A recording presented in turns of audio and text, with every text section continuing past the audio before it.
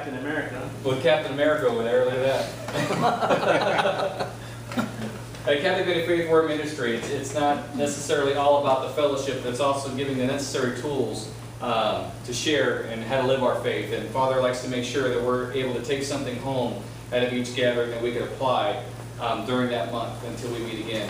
And so our mission statement and our principles are, regardless of where you are in your own principle faith, your personal faith journey, practicing or lapsed, devout or disaffected, would you prefer a deeper personal relationship with Jesus Christ at the church?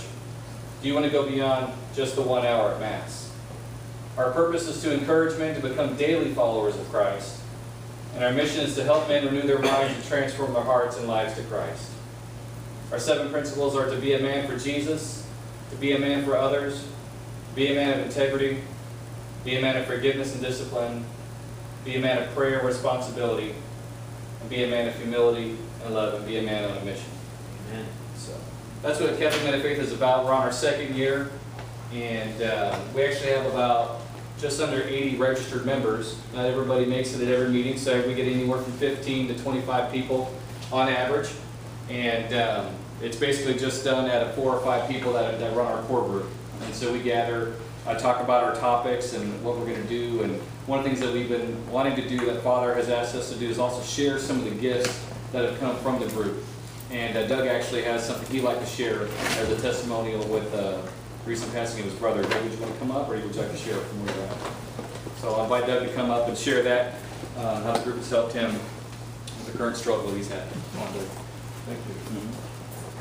Well, I was hoping there'd be some more brothers here that have been here before, but because I sent out an email a few weeks ago and asked people to pray for my brother.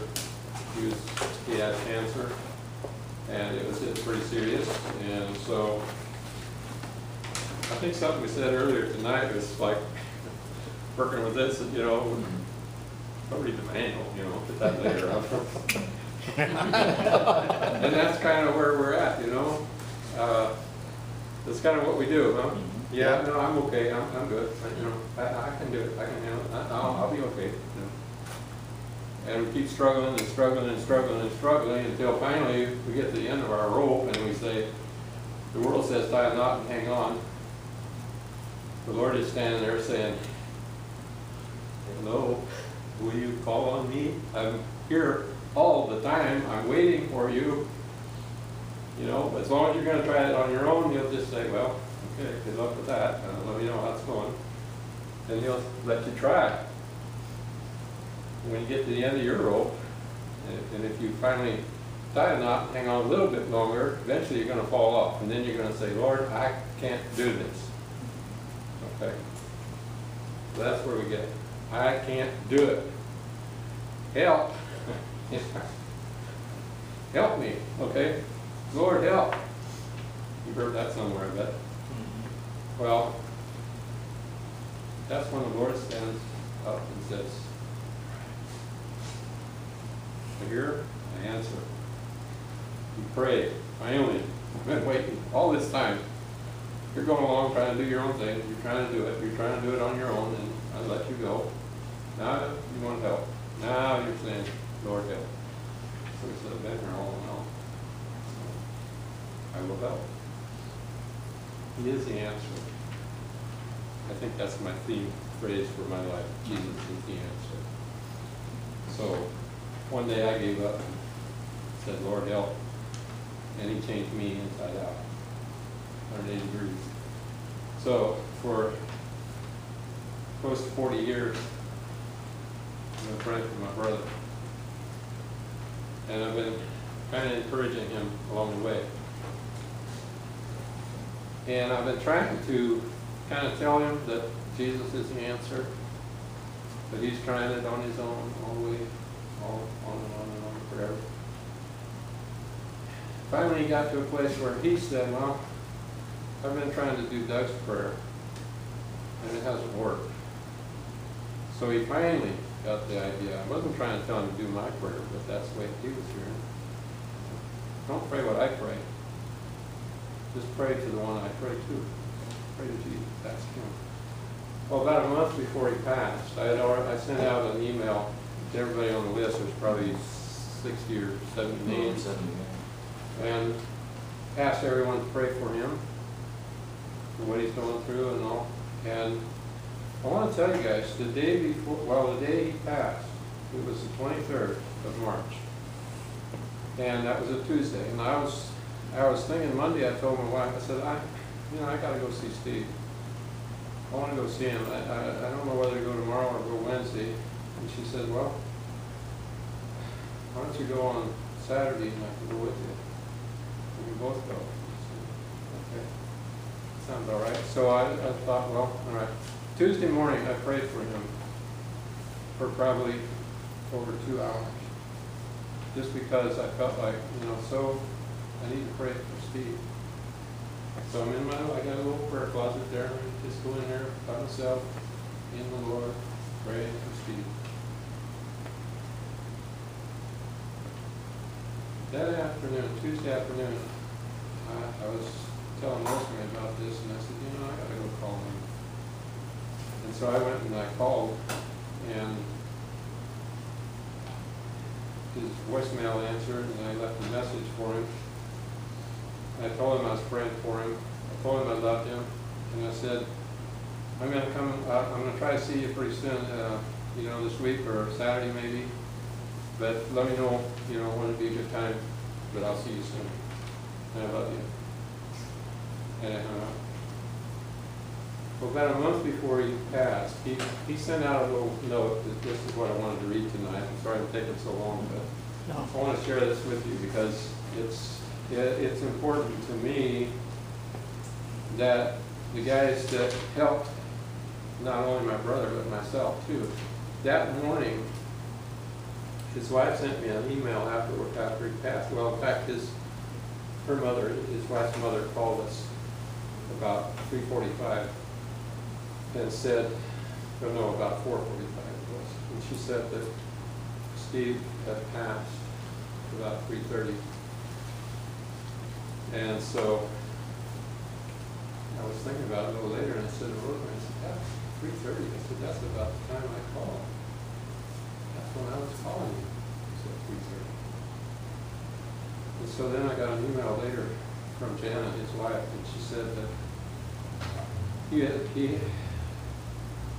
she said, thank you for calling. And she said that your message was on the phone, but she says, you called about 3:30, and she said she says, I remember he had hospice care there, and there was a nurse there with him at the time. And she said, I remember the phone ring just about the time he passed. And I just, I thank the Lord, first of all, because he let me pray for him, let me know that day to pray, which I did. And she said that, she sent me an email later, and she said that the nurse and everyone in the room said that they had noticed a dramatic change in Steve, mentally and physically. And that's all she said. I don't know what it meant. I don't know what. I asked her later. I said, what was that? She said, well, he just relaxed. And I was sure that it was because of prayer. Praying, the Lord sent his angels, his spirit. Well, about a month before he passed, he said, dear friends, most of you know that I was pronounced terminally ill about 15 months ago. At the time, I was given perhaps 6 months or so to live. God has been exceedingly generous in his gift of extra time to me. Time I've cherished with my beloved Jana. And he put in parentheses, just look at my profile picture here, and you'll understand that. His Facebook page. In the past couple of weeks, I've had several moments when I thought the time might be at hand for my journey home. So far it has not been, but I rather suspect that the time may be near. As I don't know when that moment will come, or whether I might have the opportunity to speak to you again, I thought it prudent to take this opportunity to share my love with you, perhaps for the last time.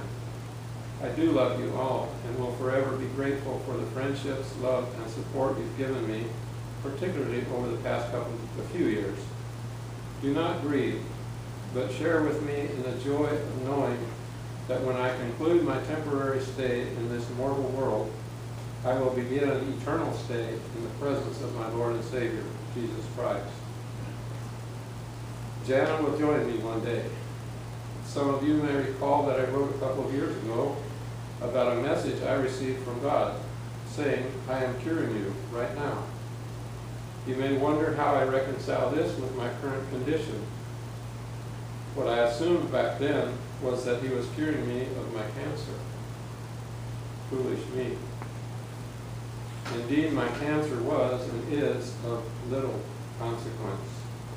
In fact, what he was healing me of was a brokenness that separated me from him. Union with God is infinitely more important than any disease of the flesh. Indeed, infinitely more important than life itself. I chuckle at our silly notion that we may always, indeed even at any time, understand what God is up to. Rest assured, what he is up to is beyond your wildest imagination. The very best, the only wise thing we can do is be fully surrendered and always grateful to him as he completes his work in and through us. May God bless you all, each and every moment of the rest of your lives. I hope to see all of you once again in that place of eternal contentment and joy. All my love, Stephen. You got a little smiley face that says feeling hopeful. So I just wanted to share that with you guys because I know that you have prayed for him. And I sent another message out saying that he had passed, but I wanted you to hear what he had to say about that. So God bless you and thank you very much. Beautiful. Thank you, Lord.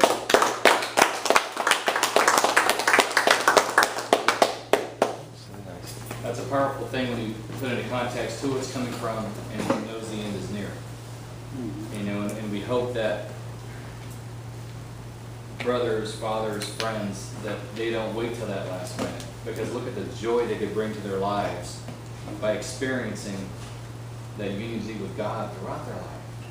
You know, and how beautiful that is. And, you know, so it really kind of puts it in perspective how many of us think, oh, well, I'll just make up for it at the end.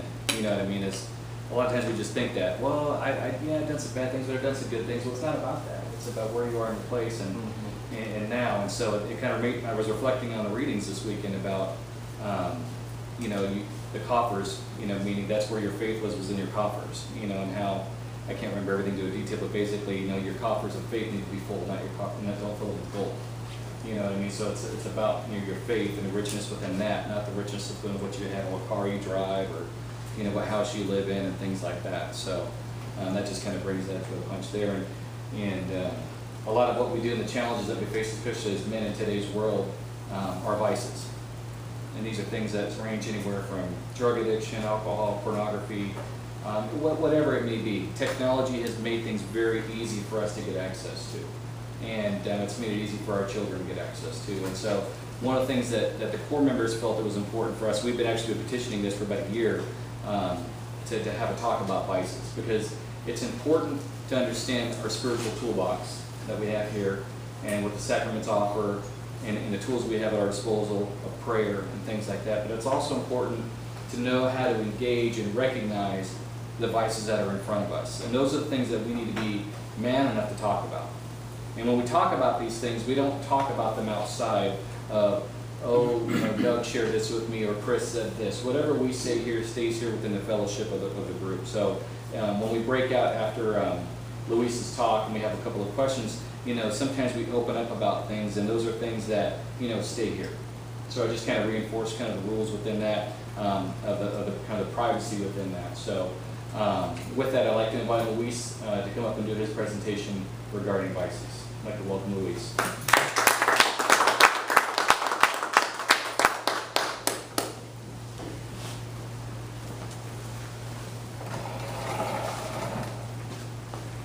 I want to say that I'm happy as always to be with my brothers who are devout to our Catholic faith.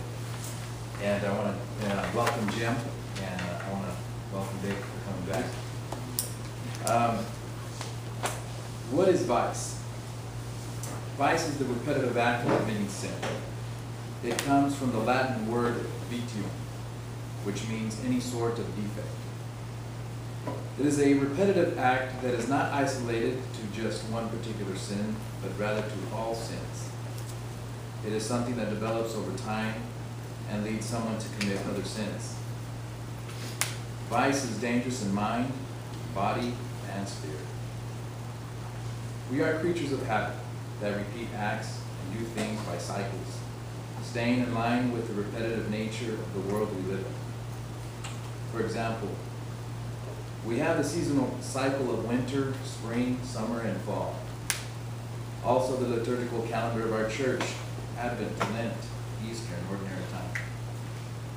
Finally, the Milky Way, our galaxy, has planets that follow a cycle. Earth spins repetitively, giving us day and night, and orbits the sun, giving us the seasonal cycle. We as well repeat acts as we live out our lives. We sleep, we wake. Our hearts repeat their beat. We repeat acts that make sense to us and are good for us and feel good to us. For example, we wake up early in the morning and struggle out of bed to make it to the kitchen and brew a pot of coffee. We groom ourselves and get ready for that morning rush hour to work. At work, we deal with customers and coworkers who aren't always pleasant. We come home to more work with chores and kids' activities. And we do it all over again the very next day. This does not feel good to us, but the majority of people have a mortgage to pay. And for this reason, it makes sense to do it.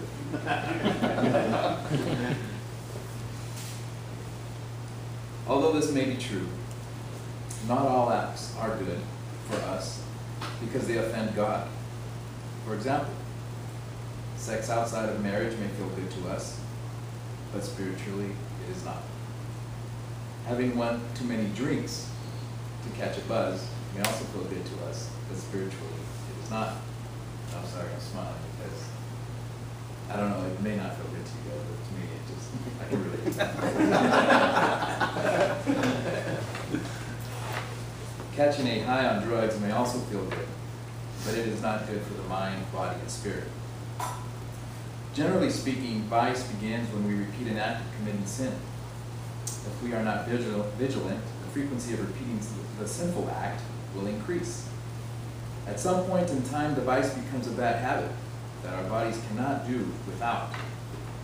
For example, a person who experiments with drugs will experience the euphoria that drugs give. After that first experience, that person will remember that experience that felt good and will crave those drugs again.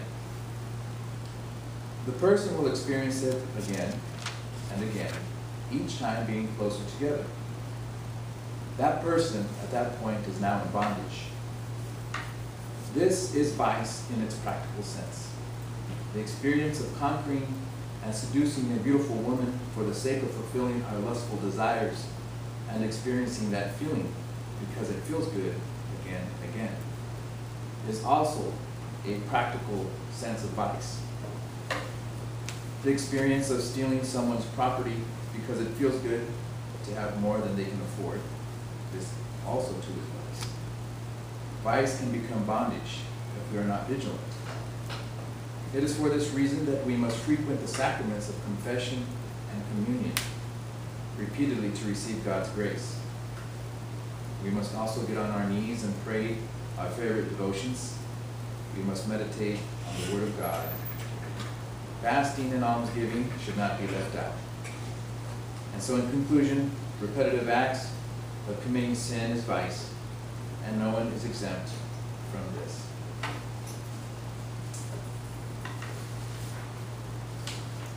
All right. Thank you, Luis. I think the questions were right. Okay, yes.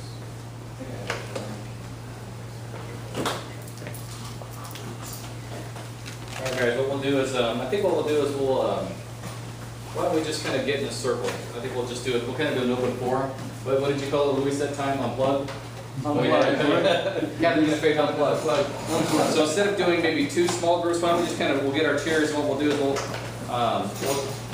kind of review the topic and talk about these two questions. And then we'll reflect upon those. What are the questions? I'm gonna write them down real quick. Okay. I gotta find my dry erase marker.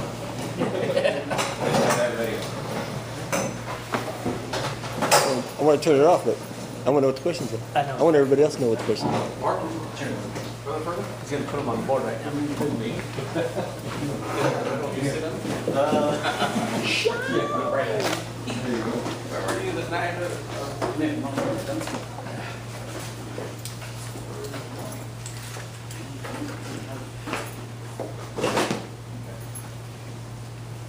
We'll just go, I don't have the dry erase marker unless there's one on the board from here somewhere. Yeah, there should be some.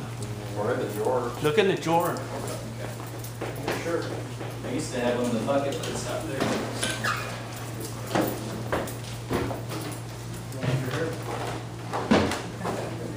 That's me just read them to it. I'll use the rag, but you need it when you want to, so. Oh, Mark. Yeah. He's got permanent Sharpie right there. That's okay.